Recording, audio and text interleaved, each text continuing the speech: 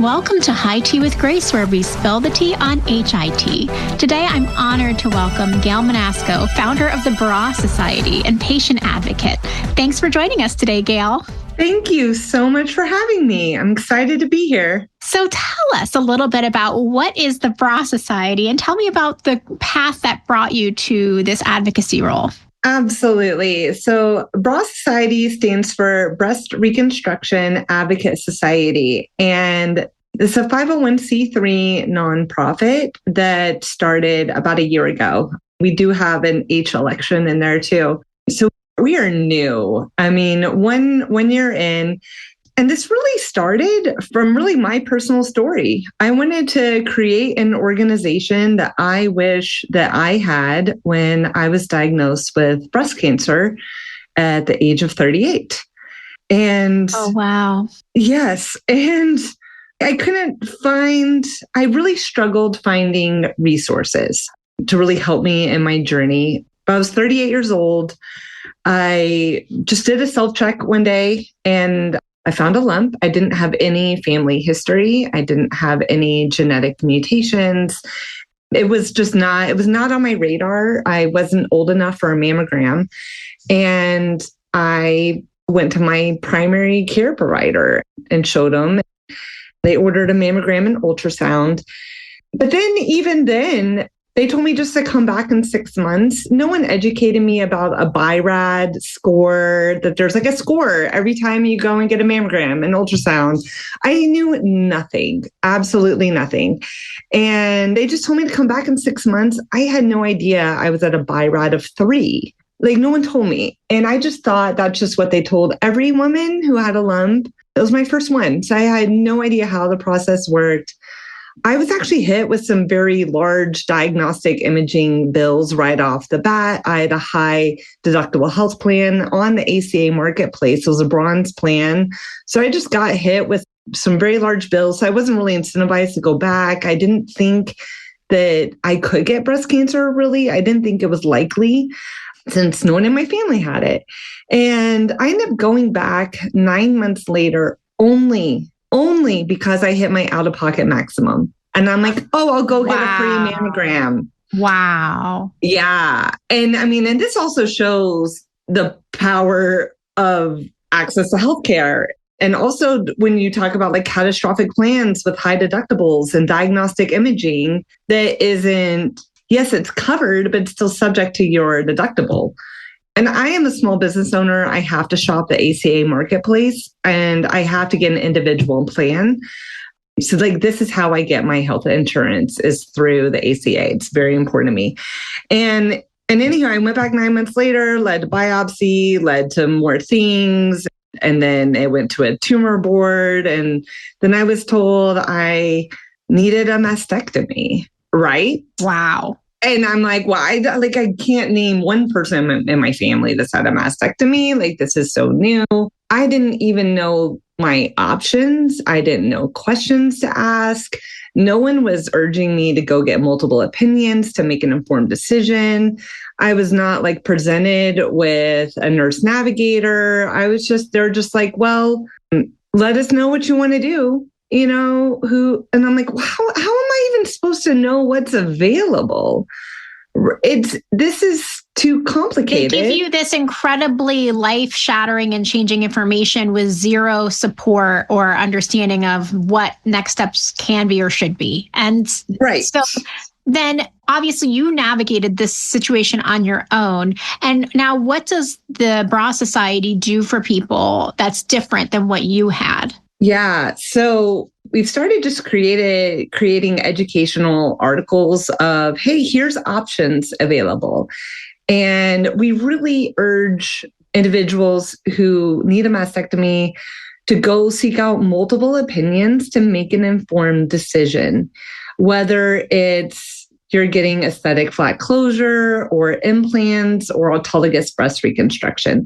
We also work to educate around options within autologous breast reconstruction, so using your own tissue to reconstruct, around options that don't compromise the muscle. That's like a big thing, is many women who are thin or had a prior tummy tuck or a woman even with multiple nonlinear perforators might be given options that take muscle, such as a version of a tram flap. So I'm going to go through a little bit of history with autologous breast reconstruction. Most people are familiar with implants. Autologous uses your own tissue. And the first iteration of using your own tissue was actually taking part of your abdominal rectus muscle and blood vessels to reconstruct. But then this led to problems. This led to increased risk of hernia, losing of your core strength. And then something else that came along is something called a latissimus flap, where they take your blood vessel and part of your latissimus muscle to reconstruct. Wow. Right. And those are easier surgeries to do. And there's been an evolution from the tram flap to something called a DIEP flap. DIEP stands for deep inferior epigastric perforator flap. And what it's doing is taking blood vessels and tissue from your abdomen to reconstruct. And so you move those from your abdomen to your chest. Now, I did mine as immediate reconstruction, so at the same time, but local surgeons actually wanted to perform an MS tram on me. So your first version is a tram flap that takes a large portion of your abdominal rectus muscle. But then a newer version came out, an MS tram, which stands for muscle sparing. But even though it says muscle sparing, it just means it spares part of your muscle. You retain more muscle than the original tram, but you're still taking muscle. You still have an increased risk of bulge, complications. Then after the MS tram is a DIEP. But I had multiple nonlinear perforators that showed on my CTA scan. And so because of how my perforators were my blood vessels, to use those blood vessels to reconstruct, surgeons actually wanted to convert to an MS tram and take part of my muscle to reconstruct. But then there's newer methods. There's a HITea, a superficial inferior epigastric artery, another artery that they can take. There's an apex technique if you've got adequate blood flow, where they can cut the blood vessel behind the muscle, bring it around, reconnect it, and then move it. But you need very skilled microsurgeons doing this. But the thing is, we have a lack of microsurgeons performing these specialized procedures. For thin women who aren't eligible for DIEP or maybe they had a previous tummy tuck, there's newer methods of reconstructions called SGAP and PAP that don't take muscle. So part of Bra Society is just educating women that hey, these options exist. And here surgeons are doing remote consults. So you don't have to go fly across the country. And then many of us will come with insurance questions. We're not brokers, but we help say, hey, here's some questions to ask your insurance company. We explain that something called a single case agreement exists when there's an inadequate network. Sometimes you have to build a case for that. But in Oregon, I need an MS tram. I need to go out of state for that apex technique. Insurance would not let me go. They would not grant me a single case agreement. They didn't see them different enough.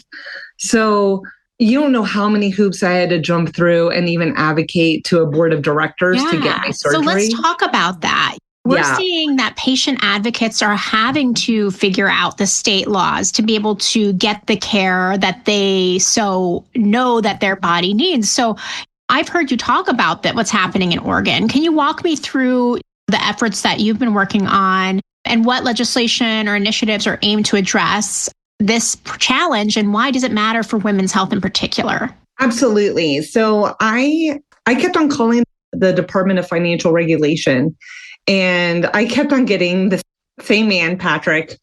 We just got to know each other very well. And I kept on complaining that I couldn't get the single case agreement. And he's like, look, the Women's Health and Cancer Rights Act of 1998 is still subject to insurance networks and limitations. And so my insurance network would not let me go out of state. It didn't differentiate in between these procedures. And I was going through this, figuring out how do I make change? I started meeting with state representatives. I eventually got an introduction to our state's insurance commissioner, Andrew Stolfi. And I met with him and his team, and I started laying out my story and my problem.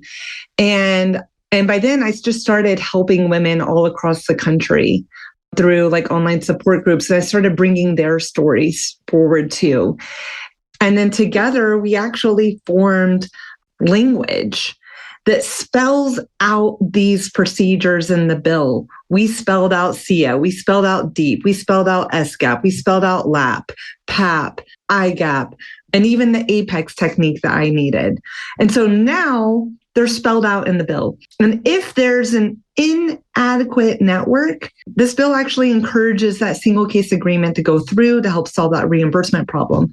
If a single case agreement does not go through, it will reimburse at the median in-network rate. But then we also have to make sure it's still a fair reimbursement. Because we don't want things to reimburse at like a low-paying CPT code or something, because there's S codes for all of these. And that's an also important note because there's a new federal bill that was introduced that is working to revise WICRA, the Women's Health and Cancer Rights Act. But what's interesting in that bill, they're actually referencing coverage to procedures in the level 1 codes, which is the CPT codes. And these types of like advanced reconstruction methods actually bill out at the level 2 S codes, S2066, 2067, 2068. It has a higher reimbursement. And reimbursement actually drives access. So actually at the federal level, I worry about a lower reimbursement or these reconstruction procedures being tied to CPT codes because level 1 is actually written into this House bill at the moment. So just a side note.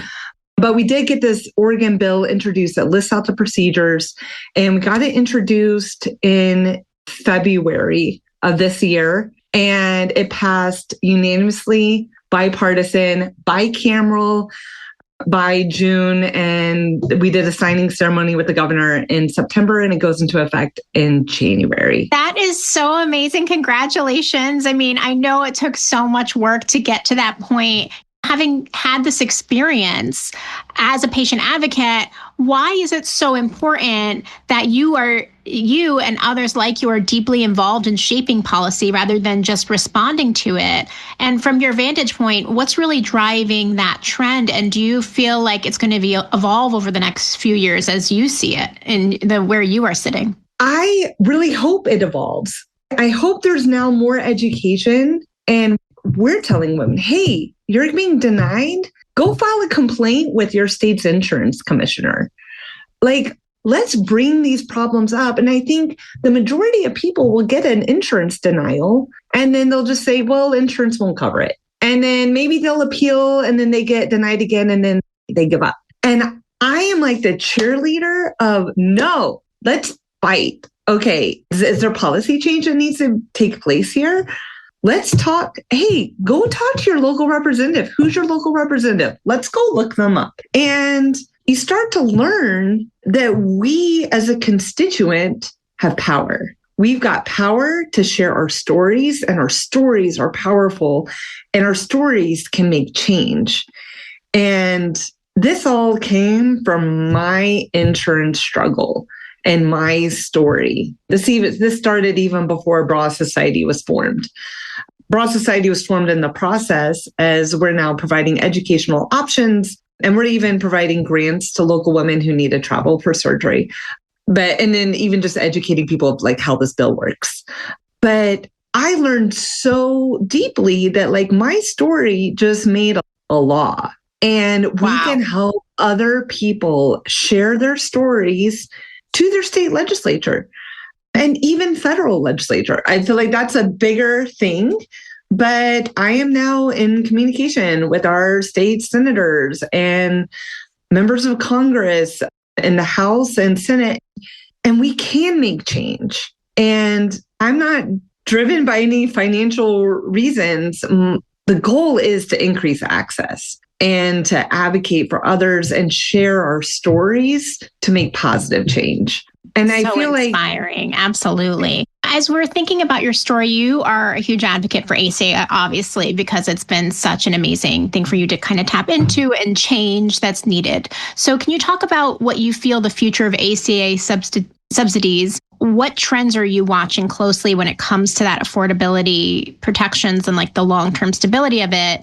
And as they weaken or expire, what ripple effects do you foresee for women or families that are really going to be impacted by that? So yeah, let's talk ACA here. Yeah, absolutely. So the ACA, I personally need the ACA. Our family needs an ACA. I now have a pre-existing condition and I need an insurance that takes my pre-existing condition. A private plan is going to have a lot of limitations to it and not want to take someone like me. And so I need a plan that allows for pre-existing condition. I need to be able to see my specialist and I need to rest assured that I have an annual out-of-pocket maximum.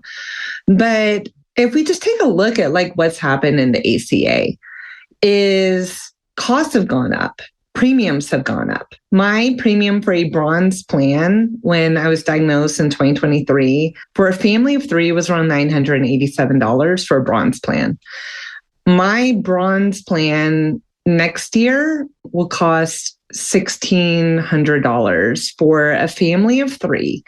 Now, that's just premium. Let's talk out-of-pocket maximum. My out-of-pocket maximum in 2023 was $7,100 for an individual. That's not even my family out-of-pocket maximum, just individual $7,100. My out-of-pocket maximum come January will be $9,200. So I feel like we have to also talk about out-of-pocket maximums. We also need to talk about networks because there's a study from the Robert Wood Johnson Foundation that came out in January showing the lack of PPO plans offered on the marketplace. So we did have one PPO plan, like a true PPO that worked across the nation for non-emergency care. So I'm not talking emergency care, that's usually covered, but non-emergency care. Cancer is non-emergency. These planned surgeries are non-emergency. And what's happening, even on the ACA, is that the plans are becoming more limited. And like Pacific Source, they contracted with Aetna. So a Pacific Source plan currently, they're all PPOs right now. And they work as Pacific Source in Oregon, Idaho, Montana, and a few parts of Washington. Outside of that, for non-emergency care, works as Aetna. But as you may know, Aetna pulled out of the individual ACA marketplace. So the new Pacific Source plans starting in January are going to be EPOs that will only work in Oregon, Idaho, Montana, 2 counties in Washington. Outside of that, it won't work for non-emergency care. It won't work. You're going to be quoted cash prices. And I was quoted cash prices for my mastectomy and reconstruction, and it is unaffordable. But what happens is, yeah, you're getting an amputation. And if you're trying to go to the right place, so many people are putting these procedures on like financial credit card, like Care Credit. And yeah, wow. While it might introduce an introductory no interest, it rises to very steep interest rates. You might even see like 28%. And this is how people can spiral into medical debt. And so now the ACA subsidy, so the regular subsidy isn't going away. It's the enhanced premium tax credit. So if you're above 400% of the federal poverty line, right?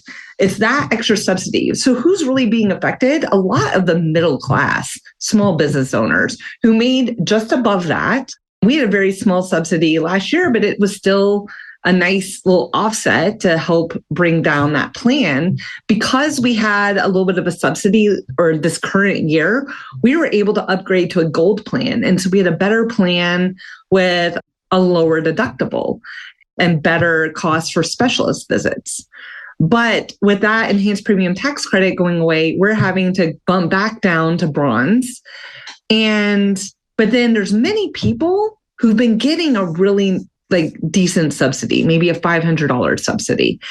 And now those people are seeing the true cost of these plans. They're seeing like a family of 3, bronze, $1,600 a month. I mean, you're talking like a mortgage payment or rent or right. Like that's a big number. And this is my worry is that the people who are young, they're 30 years old and they're like, you know what? I'm healthy. I'm just going to cash pay. You know what? I'm going to pay for direct primary care. I'm going to go into this like concierge model. But the thing is, yeah, they still got to refer you out for imaging. You still got to refer out to tests.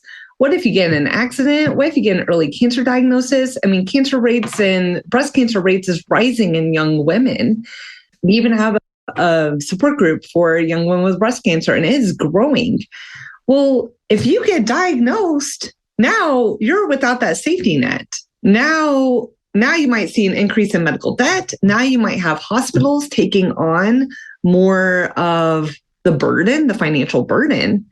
And then I worry about now hospitals increasing their cost. I feel like it's going to come back to us.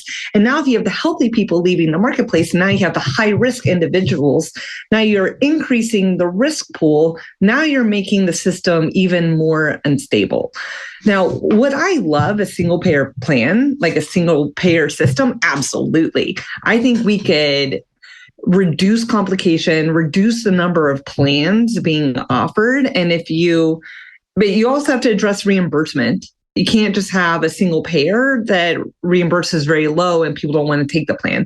So you've got to increase reimbursement, make it simpler. And so maybe you can even lighten the number of people even on your billing team to help save costs there, simplify the system, and something that works across the US as we are the United States of America. So I feel like this shouldn't be a partisan issue. I think that we should think about our health, because here in Oregon, there are no PPO plans on the individual marketplace as of January. They're all HMO and EPO. But what do we not have? We don't have a Sloan Kettering. We don't have a Mayo. We don't have a Johns Hopkins. We don't have these bigger like cancer centers or specialty care. And so it's reducing access to care.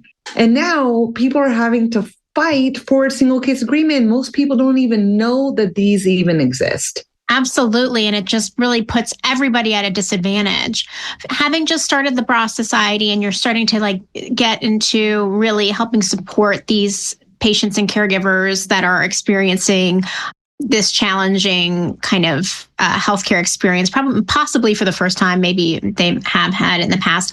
What have people said to you about finally having some support in community now and education? What's some of the feedback that you've got that keeps you going? Yeah, I mean, we have helped people who never thought that they would travel for surgery. I mean, I never thought I would. I always thought that's something that the Hollywood elite did. I'm not in that class. But we've been able to help people navigate going to the right team to fix a botched surgery, or go to the right team that won't take their muscle. And we've helped connect them to resources such as the American Cancer Society has Hope Lodges across the United States. It has free lodging. So just helping share resources and just encouraging these people to go get multiple opinions. And we get so many just thank yous, and that they're just happy that they got multiple opinions. We're not going to say what they need to do. That's up for them. But I think we're giving power back to the patient and having them advocate for themselves. Because I think so many of us will go into that doctor's appointment and we're like, oh, that doctor is God. They're going to tell me everything that I need to do. But now we're switching it. And I'm like, no, you are interviewing your team. Here's questions to ask. And just providing questions to ask and urging them to seek out multiple opinions. And then even letting them know about a single case agreement. We're even tracking which surgeons have moved from different states. Or I know these surgeons will fly from this state to this state, and I know they're in network here and out of network there.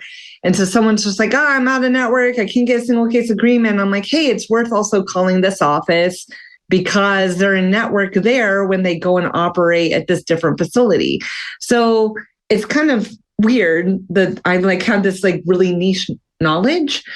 But even a local woman came to me who had a mastectomy and cancer came back in her chest wall. And even where she was going to go get radiation, was going to do full breast radiation, and it was going to damage her heart. And she was really worried about that. And I'm like, hey, go get multiple opinions. Here's some places that are in network. And Wow. She did. And she's now going out of state for targeted radiation. And she was able to find her team, ask the questions, and feel confident in her care providers to not damage her heart. So we're really like the cheerleaders of advocate for yourself, and you are worthy. You are worthy to go find your team that's right for you. And it all kind of came to like a conversation I had with a friend of mine, and she told me about canceling her local surgery and going somewhere else. And I'm like, you can do that? You canceled? And it kind of gave me the confidence to cancel my local surgery that was going to be 15 hours and 5 days in ICU to go somewhere else where I got to keep my muscle and have a 6-hour surgery and spend 2 nights in the hospital. Wow. And that's why I'm like, so many people they just think the first thing that they're quoted is like their option. That's like what all the options are going to be. But then people find out there's other things that exist, and there's doors and windows. There's things to open. You just have to put a little effort in and have someone behind you cheering you on. Absolutely. It's so inspiring, and it really is empowering for patients to realize that they are CEOs of their own care and journey. They can make those choices and they have the power to do so, and that they should fight for it. It's worth it. Now tell me, you didn't expect this to be your journey, right? You never thought that any of this would happen and it would lead you to be a founder of the society or anything, or a patient advocate.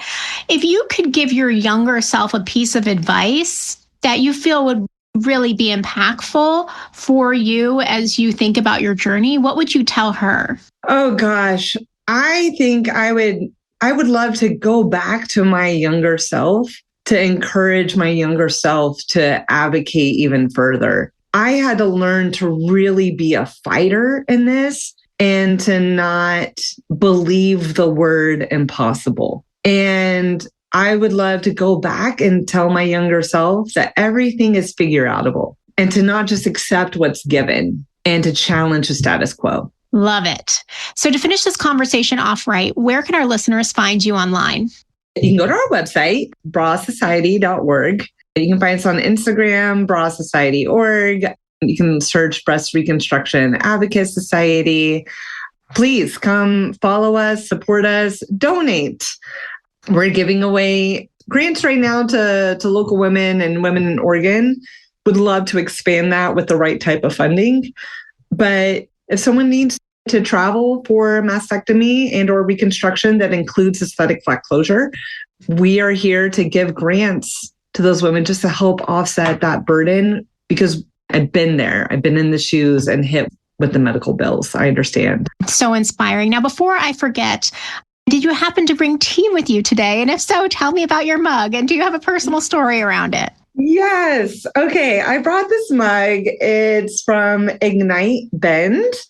And I live in Bend, Oregon. And they used to have this event called Ignite Bend. And if you were a presenter, you had to have 20 PowerPoint slides and speak on a topic for 5 minutes, and the slides would auto rotate every 15 seconds. And it was held at the Tower Theater, this like kind of larger theater in town.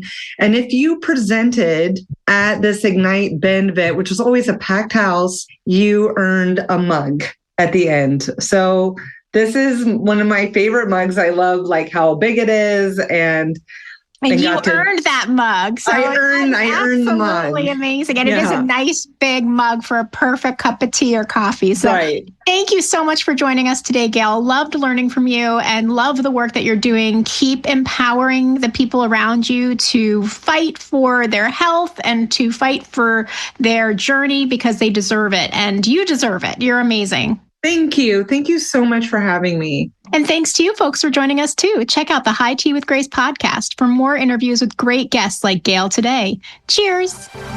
Like a Girl Media is more than a media network. It's a community.